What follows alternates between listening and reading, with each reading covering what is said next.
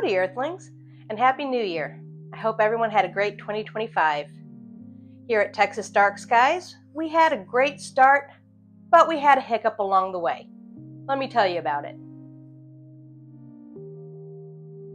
So the star shorts were a big hit with some people. Those were made using the photos that I took from my Sea-Star S50, and I really enjoyed getting to make them. The weekly stargazing reports, kind of hit or miss, I'm guessing, because I didn't see a lot of views on those. I'm hoping to make some changes in 2026 that will make them a little more useful. I also had the Star Party live streams while the weather was good until I hit that snag mid-year, which I will be talking about shortly. And I was fortunate enough to get to talk to multiple professionals in astronomy in different areas, and that's in my Beyond Stargazing series. If you haven't checked it out yet, I really encourage you to do so because there's a lot of really great interviews in those videos. Now, that snag that I was telling y'all about. Back in May, I had a little accident. I was turning down my road, heading home from work, and a truck behind me was not paying attention and rear-ended me. As you can see, the trunk ended up in the back seat of my mom's car. My truck was in the shop that day. And when you pit a small car against a Mack truck, the small car usually loses. I ended up having 9 herniated discs in my back and a bulging disc in my neck. And the pain is still ongoing, but I'm working through it. I've been going to physical therapy and I've been going to pain management.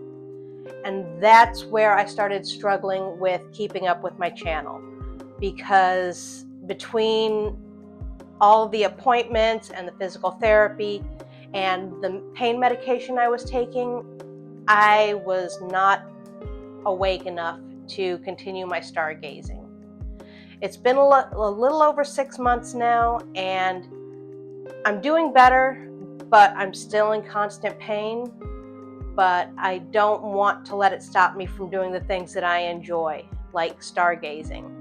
So I'm working my way through it, and in order to balance taking care of myself with keeping up with the channel, I've decided to take a different tack with 2026.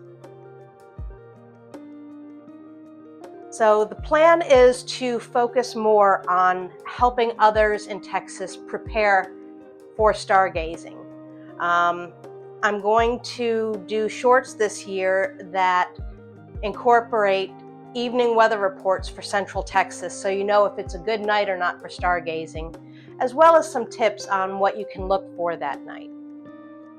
The weekly stargazing report is going to change some so that we have Central Texas, North, South, East, and West. So I'll be covering the entire state and letting you guys know in each area what your weather conditions will be like and your sky cover, so that you can plan your stargazing for the weekend as opposed to doing a report for the entire week.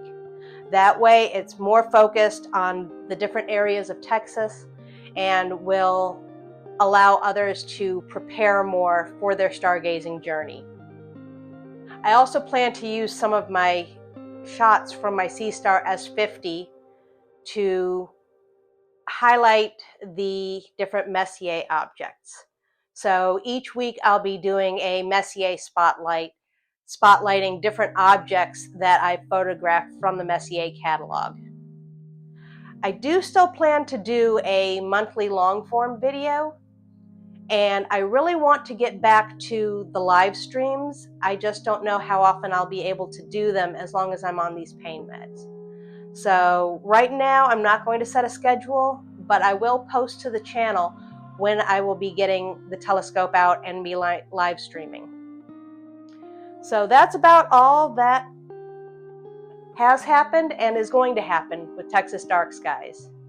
I hope everyone has a great 2026 and that y'all stay happy, healthy, and safe.